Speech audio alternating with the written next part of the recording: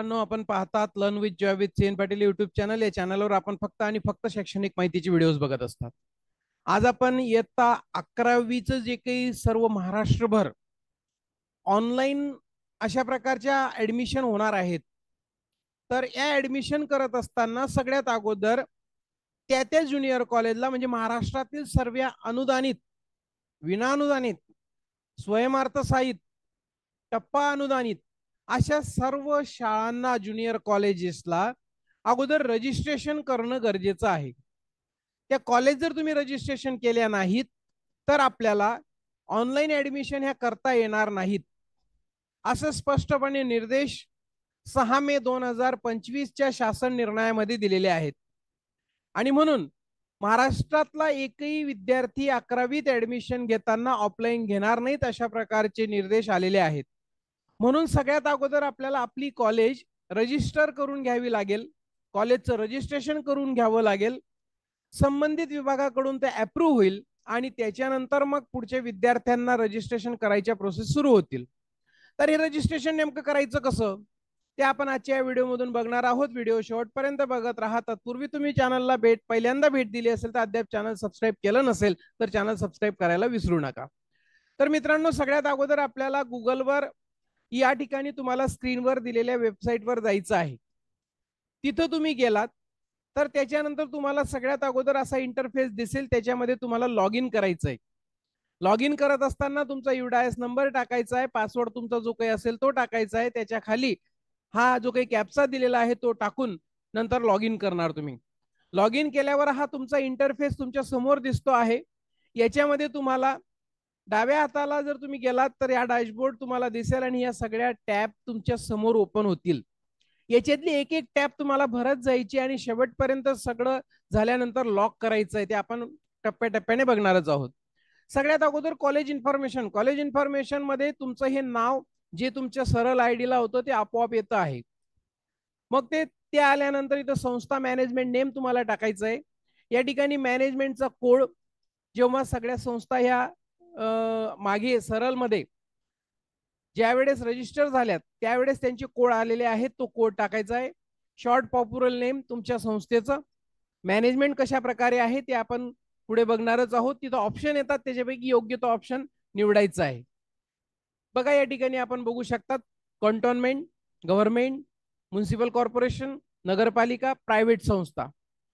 हे झाल्यानंतर या ठिकाणी इयर ऑफ फाउंडेशन कोणत्या वर्षी, इथं पण तुम्ही ड्रॉपडाऊनला तुमची ती वर्ष निवडू शकतात. तुमच्याकडे पत्र असेल, कॉलेजची वेबसाईट असेल तर टाका, नसेल तर काहीच टाकू नका. इंडेक्स नंबर जे ने सुरुवात होतो परंतु जे टाकायचा नाहीये. समजा 14.03 पॉईंट जो काही असेल तो, अशा पद्धतीने. कॉलेजचा टाईप, आता कॉलेजच्या टाईप मध्ये बघा या ठिकाणी दिलेलं आहे को एज्युकेशन किंवा फक्त बॉईज किंवा फक्त गर्ल्स अशा प्रकारे.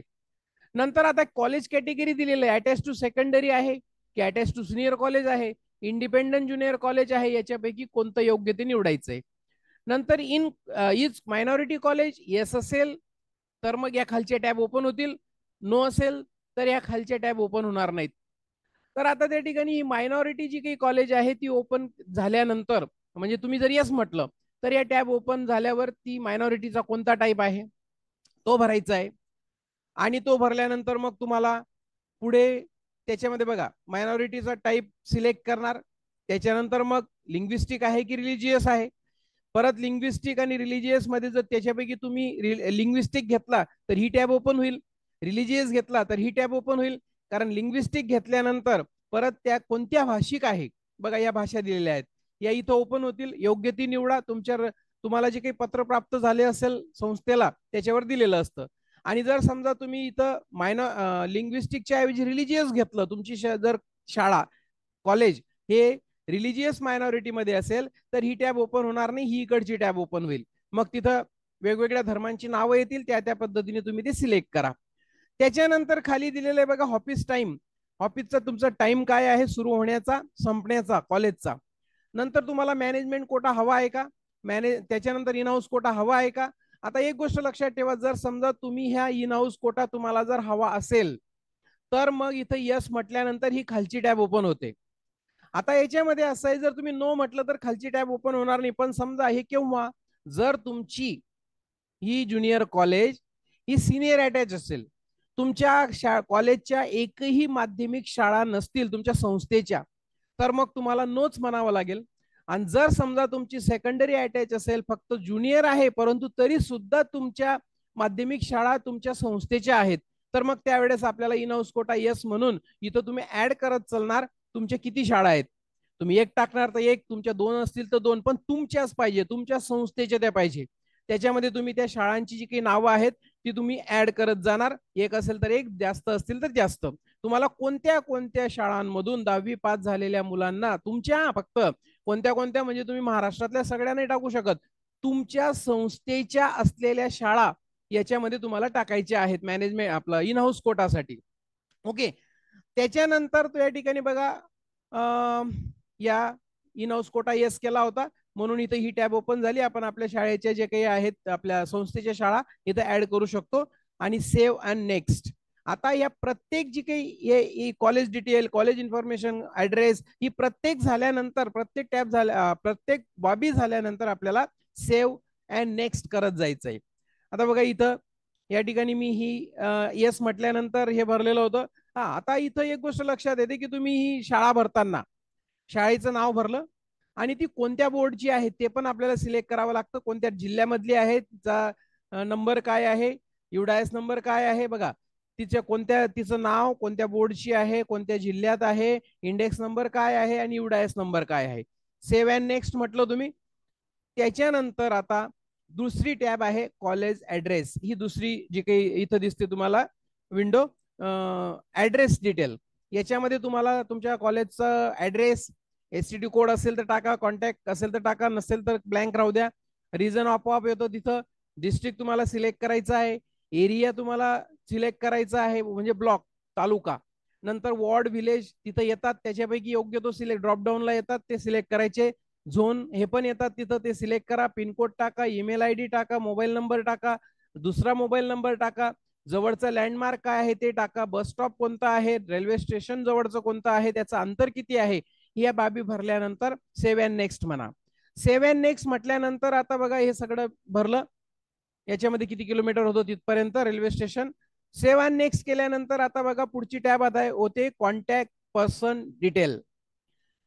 प्रिन्सिपलचं नाव, email ID, mobile number, alternate mobile number, ऑफिसचा नंबर, होमचा कॉन्टॅक्ट नंबर, टेक्निकल पर्सनचं नाव, त्याचा email ID, mobile number, alternate mobile number, ऑफिसचा नंबर, होम कॉन्टॅक्ट नंबर, नंतर ऍडमिशन इन्चार्जचं नाव, त्याचा मोबाईल नंबर, त्यांचं पद काय आहे ते पण या ठिकाणी येतं, त्यांचा ईमेल आयडी, त्यांचे मोबाईल नंबर, अल्टरनेट ऑफिसचा नंबर आणि होम कॉन्टॅक्ट नंबर. आणि त्याच्यानंतर सेव्ह आणि नेक्स्ट हे करायला आठवण ठेवा. हॉस्टेल फॅसिलिटी असेल तर पुढच्या टॅब सगळ्या ओपन होतील, पण तुम्ही इथं नन म्हटलं तर मग काही प्रश्न येणार नाही. पण सेव्ह अँड नेक्स्ट म्हणा, असल्या तर ठीक, नसल्या तर नन म्हणून सेव्ह अँड नेक्स्ट करा. त्याच्यानंतर पुढची बाब इथं प्रोसिजर फॉर ऍडमिशन. हे विद्यार्थ्याने ऍडमिशन घेतल्यानंतरच आहे, परंतु आपल्याला त्याला सेव्ह अँड नेक्स्ट म्हणावं लागेल, म्हणून ऍज पर गव्हर्नमेंट रूल असं म्हणून द्या आणि सेव्ह अँड नेक्स्ट म्हणा. ते झाल्यानंतर बघा इथं स्ट्रीम डिटेल्स येतात. आता इथं स्ट्रीम डिटेल्स मध्ये स्ट्रीम इथं आपल्याला ऍड स्ट्रीम करायची आहे. हे बघा या ठिकाणी आर्ट्स, सायन्स, कॉमर्स, एक असेल तर एकच ऍड करा, दोघं तिघं स्ट्रीम असतील तर दोघं तिघं ऍड करा. इंटेक कॅपॅसिटी किती आहे, मीडियम किती आहे, कॉम्पोजिट डिव्हिजन असेल तर येस म्हणा, नसेल तर नो म्हणा, मायनॉरिटी टाईप आहे का, आणि या सगळ्या गोष्टी एका खाली एक ओपन होत जातील तर त्या तुम्हाला टाकायच्या आहेत. बघा इथं स्ट्रीम डिटेल्स, स्ट्रीम स्टेटस काय आहे, म्हणजे एडेड आहे, अनएडेड आहे, त्या बघू त्या बाबी. Medium, total number of division किती, इंटेक कॅपॅसिटी किती, मायनॉरिटी यस म्हटलं तर मग ह्या बाबी ओपन होतील, नो म्हटलं तर ह्या बाबी ओपन होणार नाहीत. मॅनेजमेंट कोटा हो, house in house quota yes, offering IT subject असेल तर यस म्हणा, नसेल तर नो म्हणा. Junior college annual fee details. आता या ठिकाणी आपल्याला फीची डिटेल्स भरायची आहेत. शासन 2018चा जो काही शासन निर्णय आहे फीच्या बाबतीतला, त्याच्यामध्ये सगळ्या बाबी दिलेल्या आहेत. त्याच्यानंतर जर अतिरिक्त फी असेल तर त्याच्या पालक शिक्षक संघाचा जो काही ठराव आहे तो आपल्याला या ठिकाणी आवश्यक आहे. मायनॉरिटीचा टाईप बघा या ठिकाणी दिलेला आहे, ट्युशन फी, टर्म फी, जी आर नुसार. आता इथं सब्जेक्ट तुमचे ऑप्शनल सब्जेक्ट कोणते आहेत. आता बऱ्याच वेळेस काय होतं की इथं 5च सब्जेक्ट दिलेले आहेत, म्हणजे आपल्याला 5 टाकायचे, तिथं येतात ऍड करता येतात आपल्याला प्लसच्या चिन्हावर जाऊन, पण वरती 3 सब्जेक्ट ऑलरेडी त्यांनी कंपल्सरी मध्ये दिलेले आहेत, ते विचारलेले नाहीत. इंग्रजी, ईव्हीएस आणि शारीरिक शिक्षण. मग त्याची काही माहिती भरायची नाही आपल्याला. त्याची इंटेक कॅपॅसिटी 80, म्हणजे एक माध्यमिक अटॅच असेल तर 80, सिनियर अटॅच असेल तर 120 ते ऑलरेडी सेव्ह असेल किंवा त्यांना माहिती येते. मग आता जे ऑप्शनल सब्जेक्ट आहेत तेवढेच फक्त इथं भरा. आता बघा, मराठी डिव्हिजन 1 माध्यमिक अटॅच असल्यामुळे 80, history, geography, political science, defence इथं 5 आहेत. मग काय गोष्ट होते की काही ठिकाणी ऑप्शनल सब्जेक्ट आहेत, 7 सब्जेक्ट आहेत, त्याच्यापैकी घ्यायचे 5. ते 3 तर त्यांचा विषयच नाहीये, ते 3 कंपल्सरी आहेत. काही ठिकाणी 8 सब्जेक्ट आहेत. मग काय होतं की हे 5 विषय माध्यमिक असेल अटॅच, तर मग 8×45 80ची कॅपॅसिटी एकाची, 5 विषयांची कॅपॅसिटी 8×45 म्हणजे 400. मग तुमचे जर 5 याच्यापेक्षा जास्त विषय असतील आणि त्यांच्यामध्ये मग तुम्ही 80 ठेवणार नाही, 40 होतील जर एक विषय याच्यामध्ये जास्त असतील तर. तर एक गोष्ट लक्षात ठेवा, हे इथं जेवढे विषय तुमचे येतील त्या विषयांची ही जी काही इंटेक कॅपॅसिटी आहे ती तुमची 400 येणं गरजेचं आहे. 8×45 ते 3 विषयांची ते 100, तो इंग्रजीचा 100, म्हणजे हे 8×45 400 झाले तुमचे इथं. 1 2 3 4 5 आणि 20 मार्काचं तर याची तोंडी परीक्षा झाल्या, म्हणजे 5 विषयांचे 500 झाले आणि 100 मार्काचा तो पेपर 100, म्हणजे असे 600 होतात. तुमचे इथं विषय वाढले तर इथं संख्या कमी होईल, पण हे लक्षात ठेवा की यांची बेरीज ती बरोबर यायला पाहिजे. बायफोकल सब्जेक्ट असेल तर येस म्हणणार तर पुढचे सगळे ऑप्शन ओपन होतील, नो म्हणणार तर पुढचे ऑप्शन ओपन होणार नाहीत आणि सबमिट करा. सबमिट केल्यानंतर बघा, आता बँक डिटेल्स कॉलम आहे शेवटचा. त्याच्यानंतर अपलोड डॉक्युमेंट आहे. बँक डिटेल मध्ये अकाउंट नंबर टाका, ब्रांच नेम टाका, फुल name as per bank passbook, बँकेचं नाव, IFSC code, mobile number link with bank account हे म्हणून सेव्ह करा. सेव्ह केल्यानंतर आता बघा या ठिकाणी डॉक्युमेंट आपल्याला अपलोड करायचे आहेत. मग 1 2 आणि 3 हे 3 डॉक्युमेंट अपलोड करायचेच आहेत तुम्हाला. बघा, last year college registration verified copy. आता हे फक्त नाशिकमध्ये होतं मागच्या वर्षापर्यंत आणि मुंबई, पुणे वगैरे. इतर ठिकाणी नसल्यामुळे सेल्फ डिक्लेरेशन दिलेलं आहे संबंधित कार्यालयाकडून, तर ते भरून घ्या, प्राचार्यांची सही करा, त्याची PDF बनवा, नाहीतर PNG बनवा, नंतर नाहीतर JPEG बनवा, JPG बनवा 1 MB खाली, त्याला अपलोड करा.